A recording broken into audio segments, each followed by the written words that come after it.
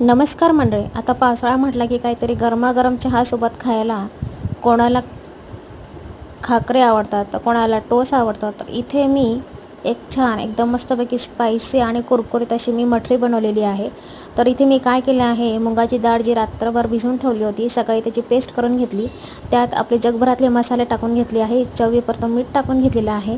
आणि तुम्ही इथं बघू शकता, इथे मी 1 चम्मच तूप टाकून घेतलं आहे, तुपाचं मोहन लावून घेतलेलं आहे. आणि त्यात मी 1 वाटी गव्हाचं पीठ टाकून घेतलं आहे. नंतर मग त्याचं पीठ मळून त्याची अशी पोळी लाटून घेतली आहे. पोळी लाटून झाली की मग इथे तुम्ही बघू शकता, मी गोलाकार असे काप करून घेतले आहे. नंतर मग ती चपटा करून त्याची अशी पुरी टाईप अशी लाटून घेतली आहेत. आणि तुम्ही बघू शकता, एकदम मीडियम गॅसवर तेलात हे मस्तपैकी मठरी मी तळून घेतली आहे. तर संध्याकाळच्या वेळेस तुम्ही मस्तपैकी छान मठरी खायचा आस्वाद घ्या. तर तुम्हाला हा व्हिडिओ कसा वाटला मला कमेंट करून नक्की सांगा. आणि जाता जाता सबस्क्राईब करायला पण विसरू नका.